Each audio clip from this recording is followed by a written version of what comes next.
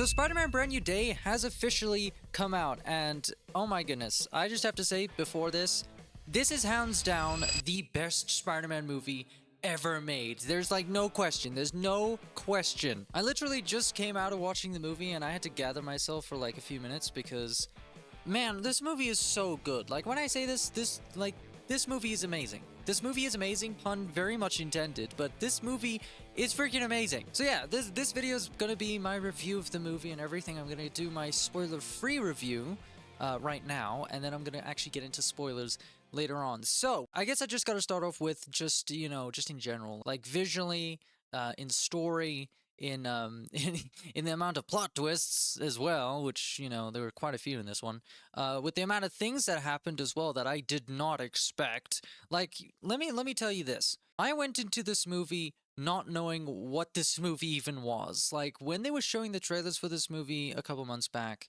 and there was the Punisher and the Hulk and apparently Jean Grey, like I had no idea what to expect. Like I was like, what kind of Spider-Man movie is this? What movie am I going to watch? But as soon as you sit down in the cinema and you actually watch the movie, then it all makes sense. And just talking about sitting down in the cinema, this was such a crazy thing. We got in so early. Our showings were on like they were like very early in the morning, like 10:45 in the morning. It's the 29th, so it literally just came out today.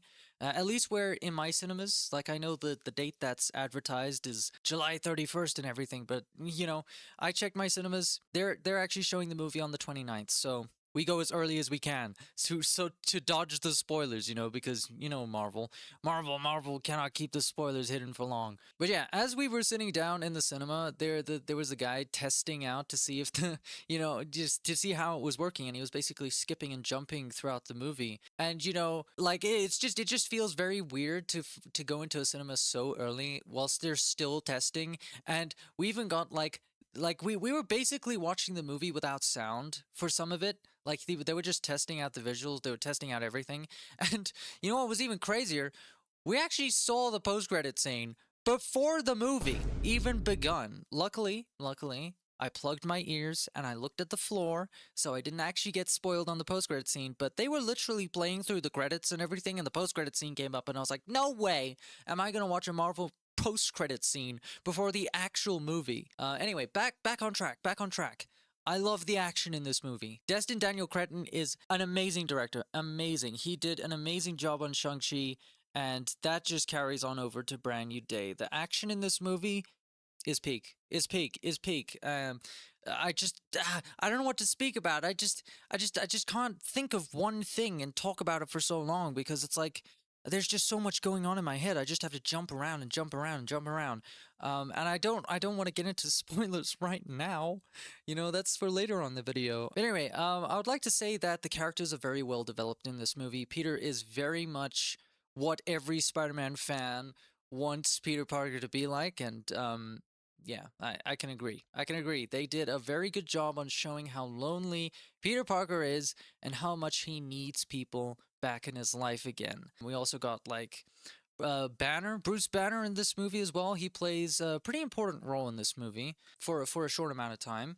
I will say that he isn't in the movie for a very long time, but he does play a very important role in the movie. I just love seeing Hulk. That I guess I just got to keep saying this. Like I loved Brave New World only because of Red Hulk. Like Red Hulk was the only reason why I cared about Brave New World. The rest of that movie was not the greatest. I just loved Red Hulk smashing stuff like that. That's what I wanted. And to finally see the real Hulk smashing stuff around was just so great. It was so great to see Hulk back in this movie. No Banner, only Hulk. It was so great. We also get some new characters as well. I can't remember who was the investigator? Was it the investigator? I don't remember her name. I'm very sorry. Something DeWolf. I remember the surname DeWolf. That's all I remember. But she was a good character. Love her character. And then there was the villain of this movie, I guess, which is William Metzger, which, if you know the comics and everything, he rarely does not like mutants, and that definitely does carry on over into this movie. You'll definitely see a lot of him being like, and the stuff he's done. Yeah, he's crazy, and we're going to be seeing a lot more of him in the future, I'm very sure. And then we got to get on to the characters that we've known for a very long time, which is Ned and MJ. I don't really know how to talk about them without spoilers, because really, if I had to just speak about them, I would have to get into spoilers.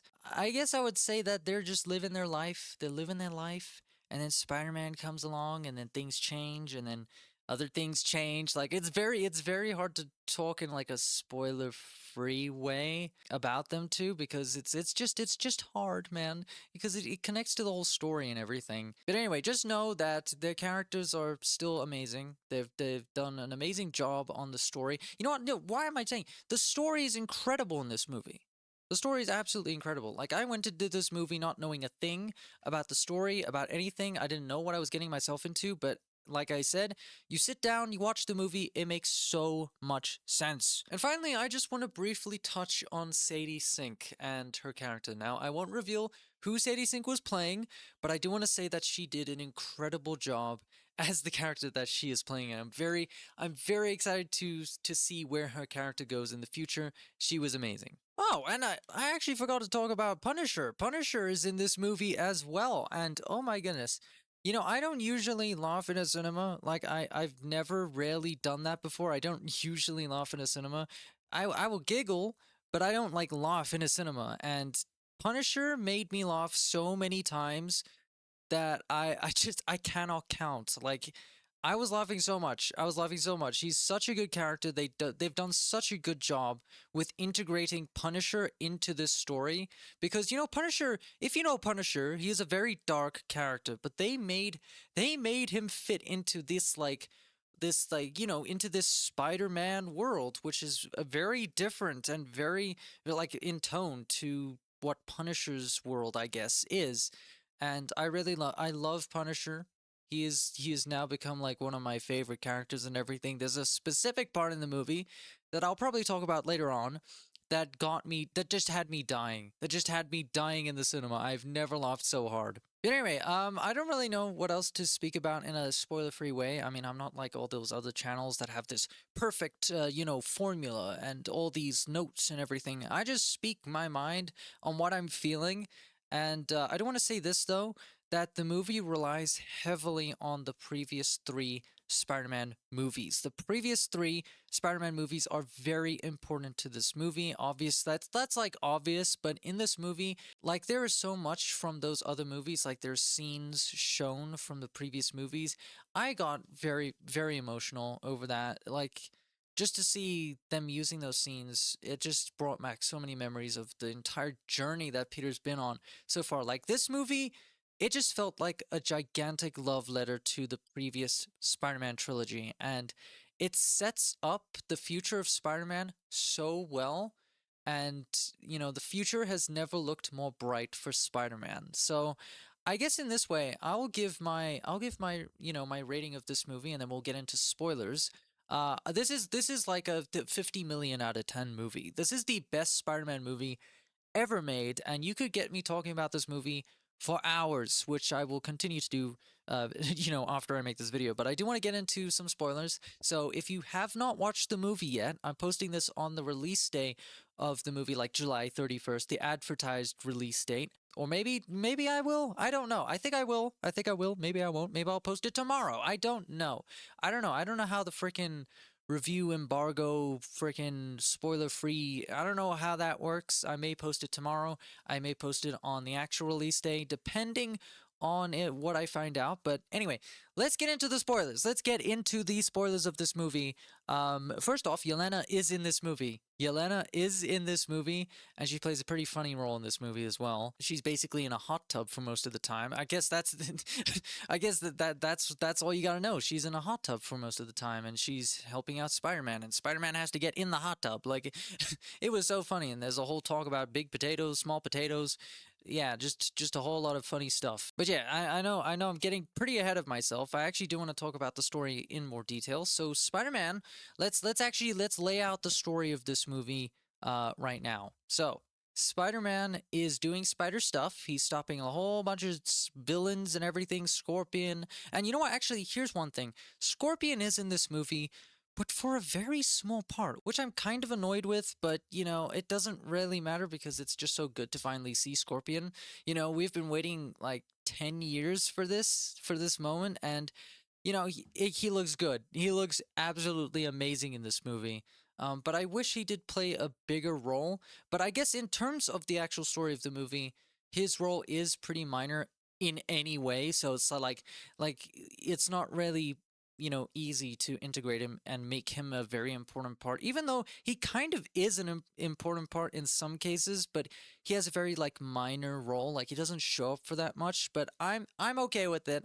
I'm okay with it. It's just finally good to see Scorpion in this movie. But basically, Spider Man is going around stopping all these villains and everything. But because he's been, not letting anyone into his life and he's just been pretty much alone, that has taken a very big toll on him because now the arachnid DNA inside of him is starting to basically take over his body and everything. He's starting to become more spider than man, which is, pretty scary. He's constantly, looking at MJ and Ned. Ned's got his like social media account and everything, posting about MIT and everything. And Peter feels very left out. He feels very left out, but it was his decision at the end of No Way Home to make that spell, actually make everyone forget who he is. So, yeah, he's feeling very lonely. And then we actually get onto the first bit of action in the movie where Spider-Man swings through the city. You know what? I've never watched a Spider-Man movie in the cinema. I was so annoyed because I didn't actually go and watch No Way Home in cinemas. It was around COVID time, so, all of that was happening. But yeah, just seeing Spider-Man swing on the big screen was something that I will never forget. I will never forget that. And they've done such a good job on the swinging in this movie and the feeling of swinging to like basically bring the audience into how Peter's swinging around the city and everything. It was great. It was great. And yeah, he has to stop a tank. This is like the first action set piece, He has to go and stop a tank from crashing into the damage control building, which is holding a lot of villains and everything like that. And that's where we meet Scorpion and all that kind of stuff. But anyway, he has to stop this tank from crashing in, but in the end, he doesn't actually manage to stop the truck. It crashes in. And this is the first encounter with Jean Grey. Jean Grey is in this movie, and I mean, it was a pretty poorly and bad kept secret. I think there was no lying. Like, and I'll get more into Jean Grey as we get into more spoilers and everything like that. Sadie Sink does an incredible job as Jean Grey. So impressed. And so excited to see more of Jean Grey. Like this is crazy. But you know what? Yeah, I'm just gonna skip ahead and just talk about things in a little bit less detail because I'm rambling a bit too much now. So yeah, basically Jean Grey then gets hold of Bruce Banner, and she basically mind controls him, and there's a huge fight scene. Punisher's there, Spider-Man's there, like a whole bunch of other people are there. Jean Grey's trying to get into this vault where there supposedly VMAX is, VMAX. So she uses the Hulk. She uses the Hulk to basically break and just just smash a whole bunch of stuff. There's a huge fight and everything. But eventually at the end, they catch Jean Grey. They catch Jean Grey. Spider-Man uses the chip and everything to actually just suppress Jean Grey's powers and everything. But this turned out to be a pretty good, big like mistake because now Damage Control have exactly what they want, because now it's revealed that William Metzger is wants to experiment on Jean Grey, and then Spider-Man finds out this news, and then they have to basically go on a rescue mission to save Jean Grey, which is so different from most of the movie where they basically view her as the villain. So basically, they have to get to the damage control facility again. This is a different facility, and they are basically experimenting on her, making her mind control in and out of all these things. It's a pretty cool sequence as well. But then eventually, Jean Grey snaps. She snaps so hard, and literally like we see this in the trailers. There's this like huge burst of like energy that goes all the way out and it just freezes people in place. It is the coolest thing ever. So yeah, Peter gets to the facility and everything, but Jean Grey is so mad that literally everyone is under her control, basically. Literally everybody in this like huge bubble is under her control, and but she can't actually control Peter's mind. Like he's the only one that's like immune to it. But yeah, there's this huge fight with the hand, and it's, you know what, it was probably like that battle in the prison and everything with the hand. Once again, Destin Daniel Cretton with his action choreography, absolutely amazing, just absolutely amazing. We get like one of the sickest lines ever. It's just like, "Are you Peter or are you Spider-Man?" And then Peter says, "I'm both," and then he like freaking loses it and embraces his spider side and everything. Like, I know I'm skipping over a lot, but there is so much to talk about in this movie. And like I've said so many times in this video already, I could speak about this movie for hours. So basically, let's just wrap it up. Let's wrap it up here. Jean Grey eventually, like, Spider-Man gets to Jean Grey and they have a conversation and everything. And then Jean Grey finally breaks into Peter's mind, but then she sees a memory which changes her view on everything. But, little did they know that Frank was actually up on a building waiting to freaking snipe the heck out of Jean Grey. but luckily Peter notices that and he senses that, and just in time, he just covers Jean Grey, but in the end he actually gets shot himself. And this part of the movie was very, very sad. Like, obviously I know Spider-Man, he's not gonna die. They're not gonna make him die, but it was almost like that. I was like, no, they're not gonna kill him off.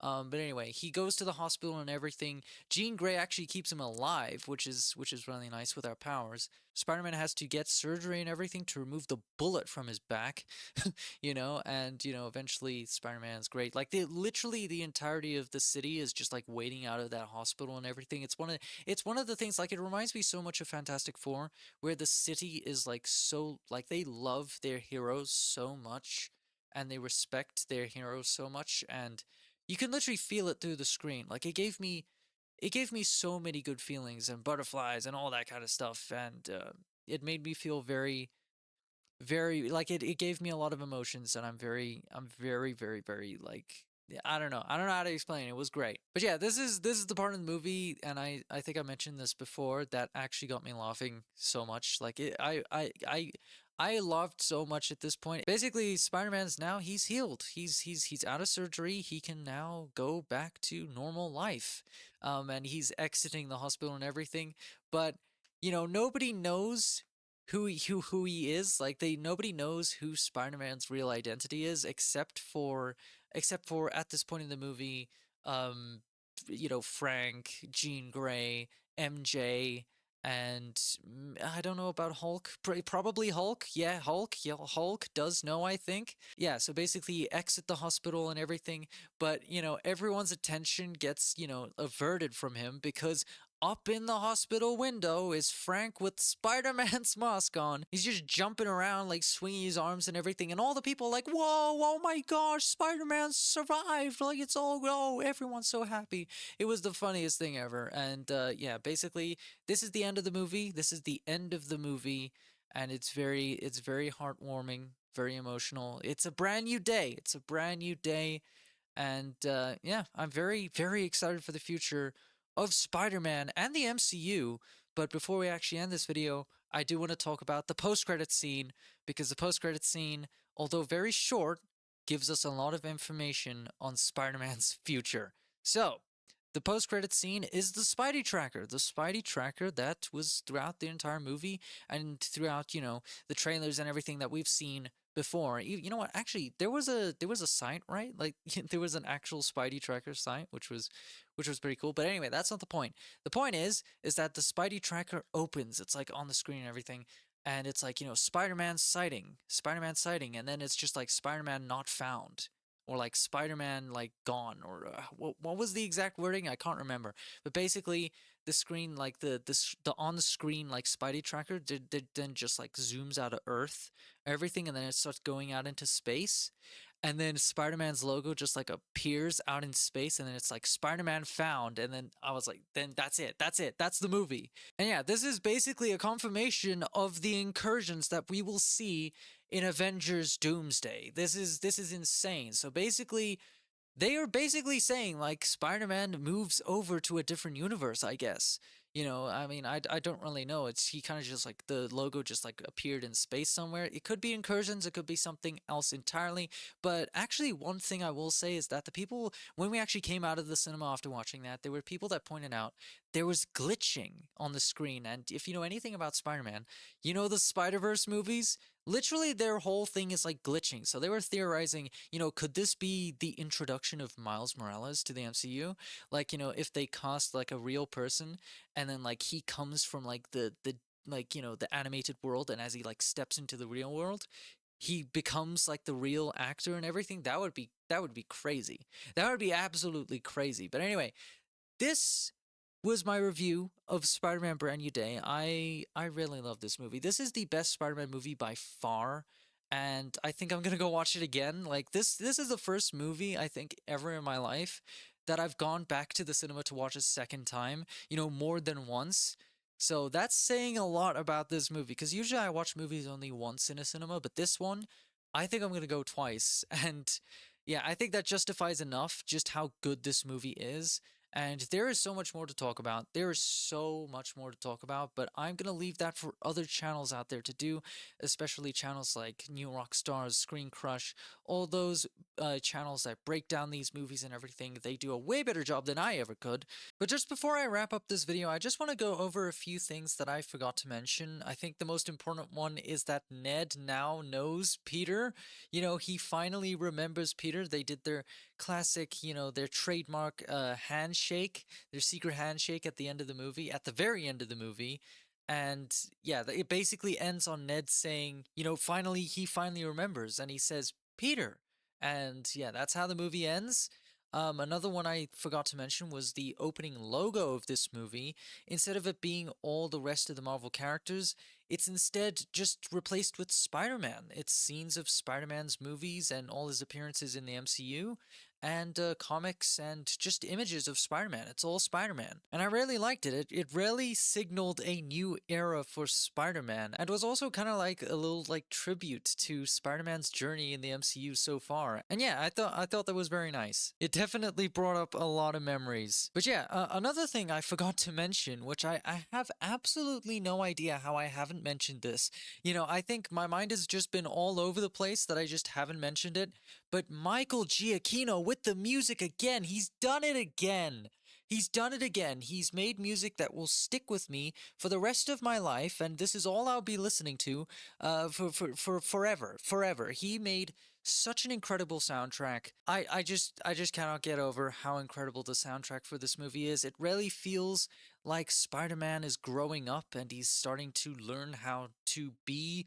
I don't know. The music's amazing. And finally, I just want to talk about the end credits sequence, because for some reason, it is one of the most beautiful and nostalgic things I've seen in a while. For some reason, it gave me so much nostalgia, and I have no idea why, but whatever they did made me feel things. And I love that end credit sequence. It's so simple. It's just, people in the city just enjoying themselves. But there's just something about that that just has so much nostalgia tied to it. But yeah, that's basically it. I'm going to end the video here. So let me know what you thought of Spider-Man Brand New Day. I thought it was an amazing movie. Remember to like, comment, and subscribe, because that's what heroes do.